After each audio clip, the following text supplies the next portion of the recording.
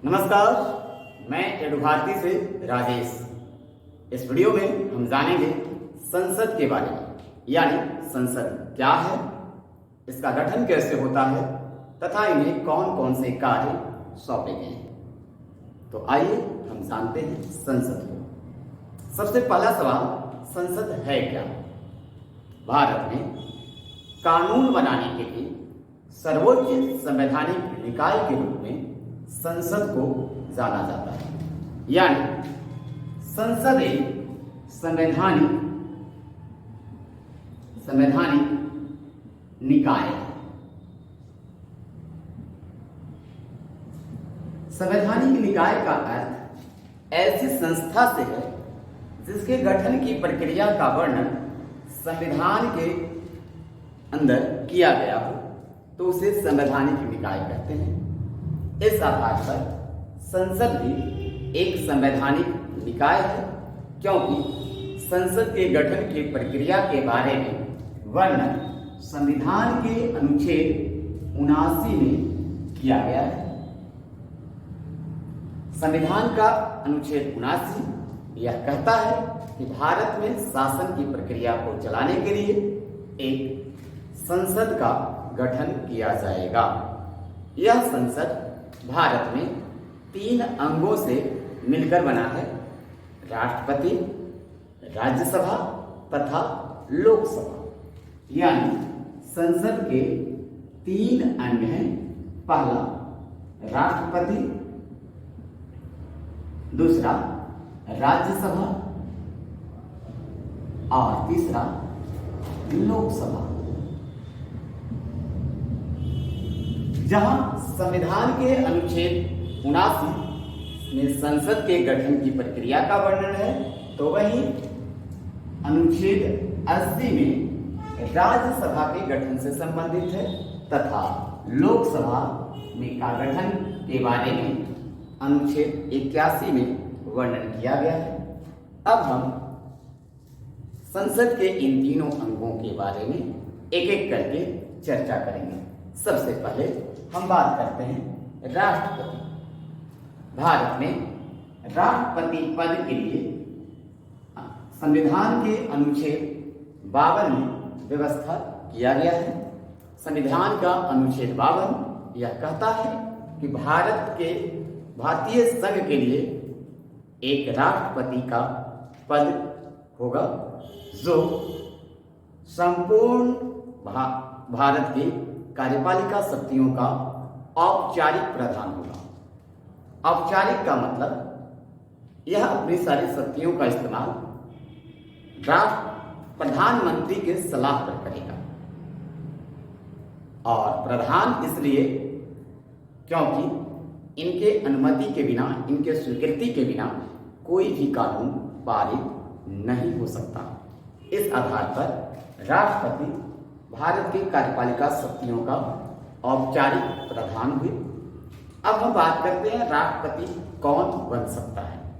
तो भारत में वैसे व्यक्ति जो 35 वर्ष की आयु पूर्ण कर लिए हो, भारत का नागरिक हो, साथ ही पागल दिवालिया ना हो,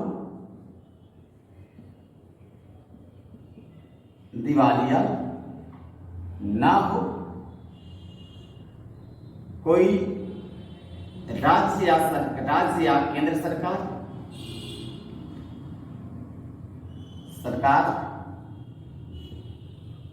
में लाभ के पद पर ना हो,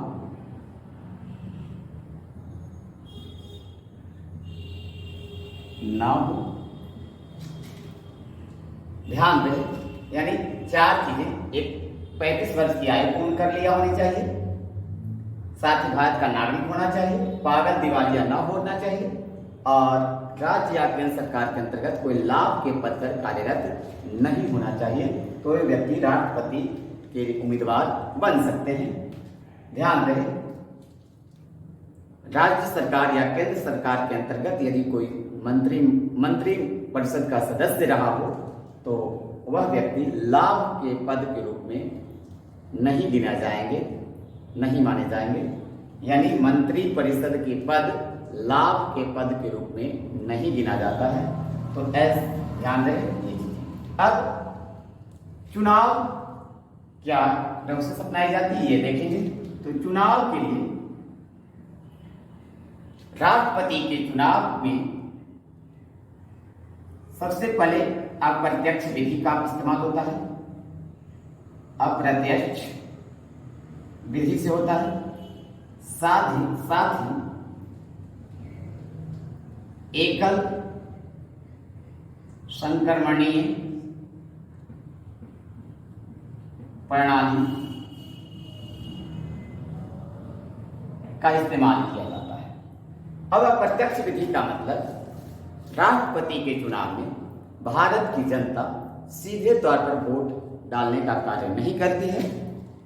इनके स्थान पर जनता के द्वारा चुने गए प्रतिनिधि वोट करने का काम करते हैं। इसलिए ये चुनाव अप्रत्यक्ष विधि कहलाती है। साथ ही एकल संक्रमणीय प्रणाली एक ऐसी प्रणाली है कि जब चुनाव में कई उम्मीदवार भाग ले रहे होते हैं तो उन्हें वोट करने के तरीका वरीयता के अनुसार से दिया जाता है। यानी जब एक से अधिक उम्मीदवार रहते हैं तो मतदाता अपने पसंद के हिसाब से, अपनी वरीयता के हिसाब से उन सभी उम्मीदवारों को वोट कर सकता है। यानी जो उम्मीदवार पहले पसंद पर होंगे उनके नाम के आगे 1 लिखेंगे, जो दूसरे नंबर पर पसंदीदा हों उन्हें 2 लिखेंगे, और जो इसी प्रकार से पसंद में तीसरे नंबर पर आते हों तो उन्हें 3 लिखेंगे। इसी आधार पर वो सभी उम्मीदवारों के आगे अपना वरीयता के हिसाब से क्रम देकर वोट कर सकता है। तो ऐसी विधि को एकल संक्रमणीय प्रणाली कहते हैं। अब बात करते हैं इस चुनाव में वोट कौन करेंगे, यानी राष्ट्रपति के चुनाव में वोट करने का अधिकार किन्हें है। तो अभी जैसा कि बताया कि जनता के द्वारा चुने गए प्रतिनिधि वोट करेंगे। तो वो कौन से प्रतिनिधि होंगे? तो ध्यान रहे, लोकसभा, राज्यसभा, राज्यों के विधानसभा,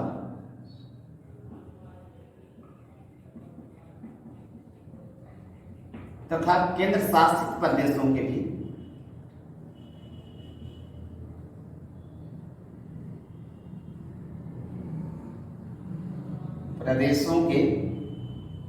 विधानसभा।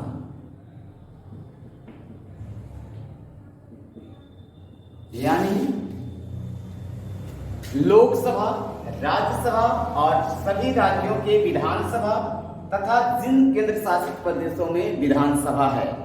ध्यान रहे, सभी केंद्र शासित प्रदेशों में विधानसभा नहीं है, लेकिन जिस भी केंद्र शासित प्रदेश में विधानसभा है, जैसे दिल्ली, पांडिचेरी, तो इनके निर्वाचित सदस्य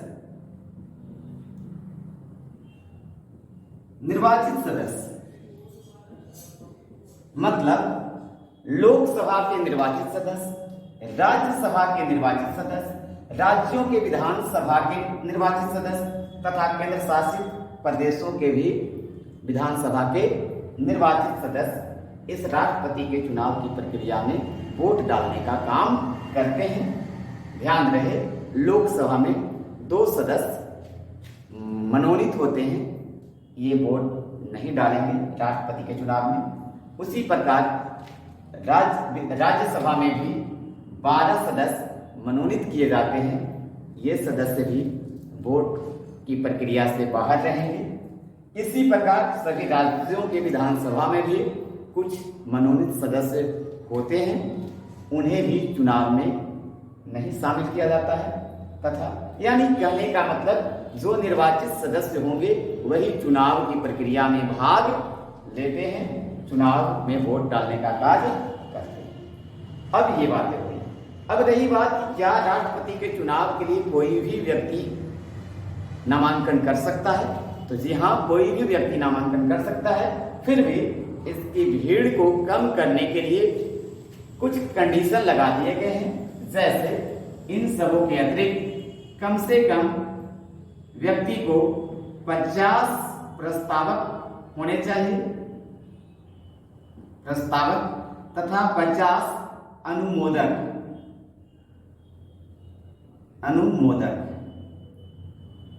सदस्य होने चाहिए। यानी ऐसे व्यक्ति जो राष्ट्रपति के चुनाव लड़ना चाहता है तो उनके नाम को 50 वोट देने वाला व्यक्ति प्रस्तावित करता हो उनके नाम को, तथा 50 व्यक्ति उनके सपोर्ट करते हो, अनुमोदन करते हो, तो तब जाकर व्यक्ति वो चुनाव में नामांकन कर सकता है। साथ ही कुछ जमानत राशि इन्हें जमा करना होता है, तो ये जमानत राशि उन्हें लौटा दी जाती है यदि वो 1/6 भाग से अधिक वोट प्राप्त कर लेते हैं, और यह राशि तब जब्त हो जाती है जब वो चुनाव में 1/6 भाग भी वोट नहीं प्राप्त कर पाएंगे, तो ऐसी स्थिति में उन्हें जमानत राशि जब्त कर ली जाती है। अब हम बात करते हैं राष्ट्रपति का जो पद होता है, इसका शपथ ग्रहण सुप्रीम कोर्ट के मुख्य न्यायाधीश के द्वारा दिलाया जाता है, तथा यह अपना त्याग पत्र उपराष्ट्रपति को सौंपता है। इनका कार्यकाल शपथ ग्रहण से 5 वर्षों का होता है। फिर भी किसी खास परिस्थितियों में वह समय से पहले भी पद से मुक्त हो सकता है। इस स्थिति में 4 कंडीशन है। पहला, राष्ट्रपति जब अपने स्वेच्छा से उपराष्ट्रपति को त्याग पत्र दे देता है। दूसरा, लंबी बीमारी के कारण। तीसरा, मृत्यु के कारण। और चौथा, महाभियोग लगाकर। यह महाभियोग क्या होता है?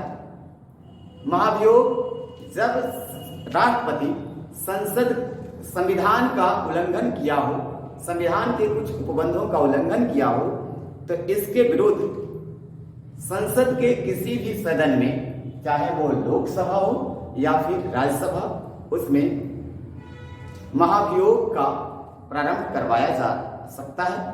महाभियोग लगाने की प्रथा शुरू की जा सकती है, लेकिन इसके लिए 14 दिन पहले सूचना देकर कम से कम 1/4 सदस्य के सिग्नेचर के साथ इसे पारित करवाया जाता है। साथ ही जब वह एक सदन में 2/3 बहुमत से पारित हो जाता है, तब वह प्रस्ताव दूसरे सदन में जाता है, और दूसरे सदन में भी यदि वो 2/3 बहुमत से पारित कर दिया जाता है, तो उस दिन से राष्ट्रपति का पद स्वतः समाप्त समझा जाता है।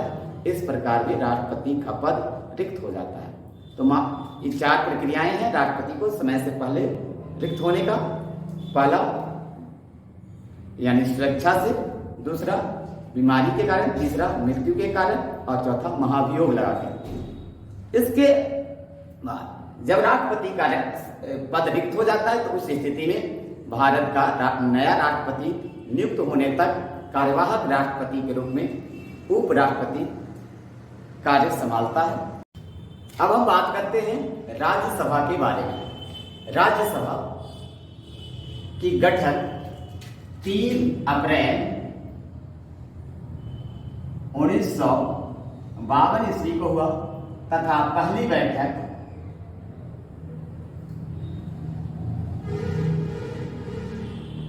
13 मई 1952 को हुआ। जिस समय इसका गठन हुआ था, उस समय राज्यसभा का नाम राज्य परिषद था, जो कि 1954 ईस्वी में इसका नाम बदलकर राज्यसभा कर दिया गया। राज्यसभा संघीय शासन का उदाहरण है, संघीय शासन प्रणाली का उदाहरण है। इसका मतलब भारत के सभी राज्यों से इसमें सदस्यों को शामिल कराया गया है। इसे संघीय शासन प्रणाली के उदाहरण के तौर पर देखा जाता है।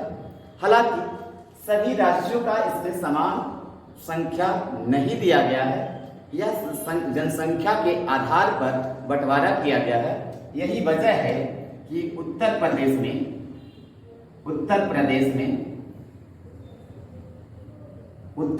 से 31 सदस्यों को, बिहार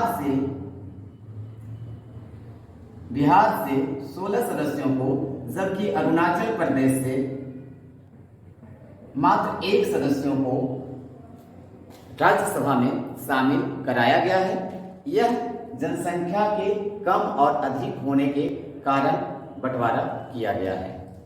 अब हम बात करते हैं कि राज्यसभा में कितने सदस्य शामिल कराए जा सकते हैं।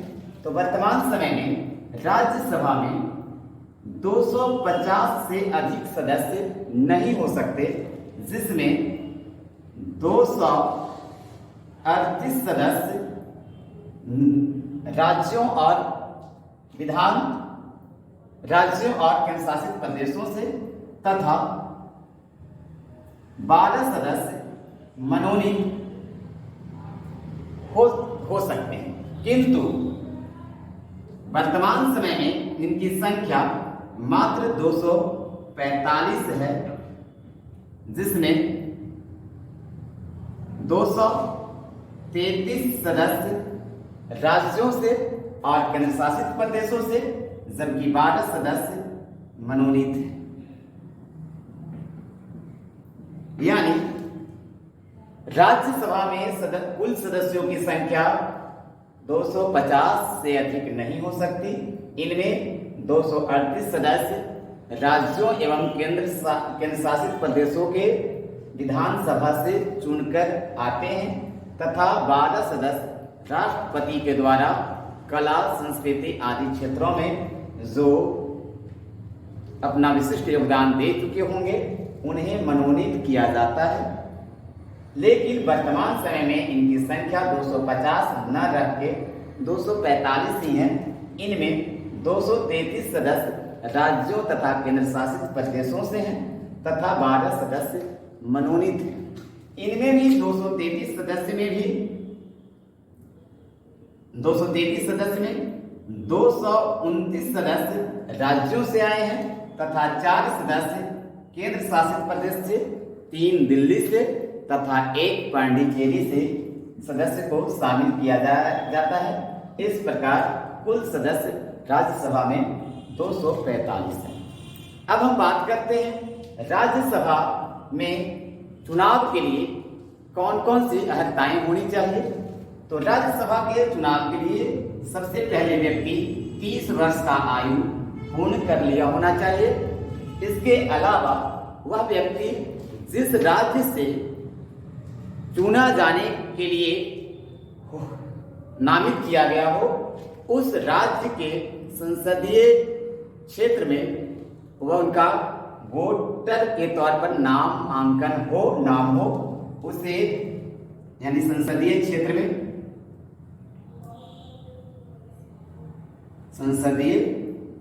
क्षेत्र का मतदाता हो, 30 वर्ष का आयु पूर्ण किया होना चाहिए, संसदीय क्षेत्र का मतदाता हो या जिस राज्य का है उस राज्य से। इसके अलावा संसद सदस्य चुने जाने की योग्यता रखता हो, यानी पागल दिवालिया ना हो राज्यसभा। इसके अलावा वो लाभ के पद पर ना हो। ये सभी चीजें होनी चाहिए। ध्यान रहे कि ये के कार्यकाल 6 वर्षों का होता है, 6 वर्षों का होता है, किंतु 6 वर्षों में होने के बावजूद इसका विघटन कभी नहीं होता। इसीलिए इसे अस्थायी सदन कहते हैं। इन्हें उच्च सदन भी कहते हैं। यह कभी विघटन नहीं होता। इसके पीछे का वजह यह है कि हर 2 वर्षों के बाद इनके 1/3 सदस्य सेवानिवृत्त हो जाते हैं तथा उनके स्थान पर नए सदस्यों को शामिल कर लिया जाता है। यही वजह है कि यह सदन हमेशा बनी रहती है, कभी खत्म नहीं होती। तो ये हो गया राज्यसभा के बारे में। अब राज्यसभा का सभापति के तौर पर उपराष्ट्रपति जो होते हैं वो सभापति इसके होते हैं। ये राज्यसभा का सदस्य तो नहीं होते, फिर भी वो उपराष्ट्रपति होने के नाते ही राज्यसभा का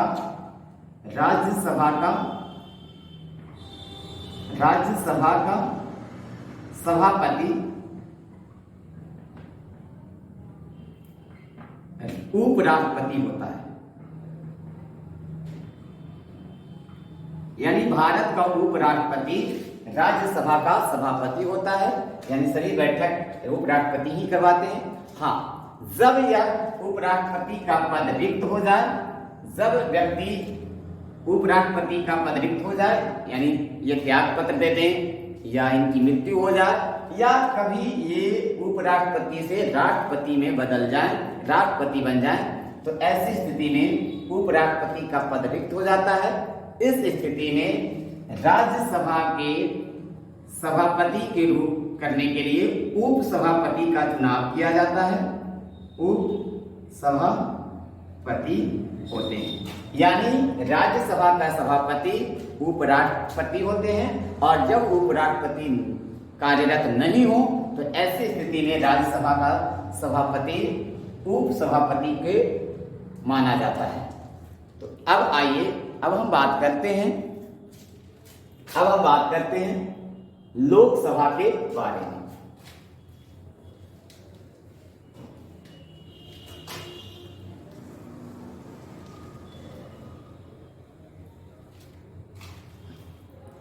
भारत में लोकसभा को निम्न सदन कहा जाता है। निम्न सदन कहा जाता है। इसे 1954 से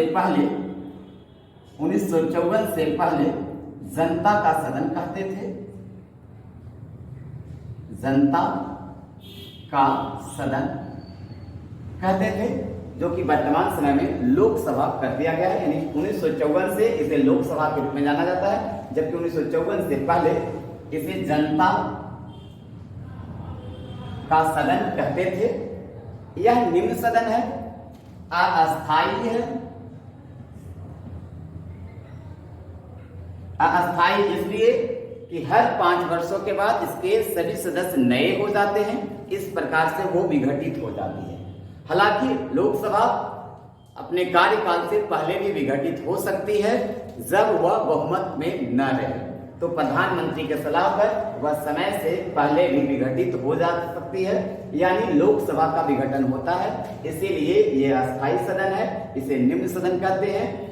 1954 से पहले इसे जनता का सदन कहते थे, और वर्तमान समय में इसे लोकसभा कहते हैं। लोकसभा में जो सदस्यों की संख्या होती है वो अधिकतम 552 हो सकती है, जिसमें 530 सदस्य राज्यों से, 20 सदस्य केंद्र शासित प्रदेशों से तथा 2 सदस्य मनोनीत होते हैं। किंतु वर्तमान समय में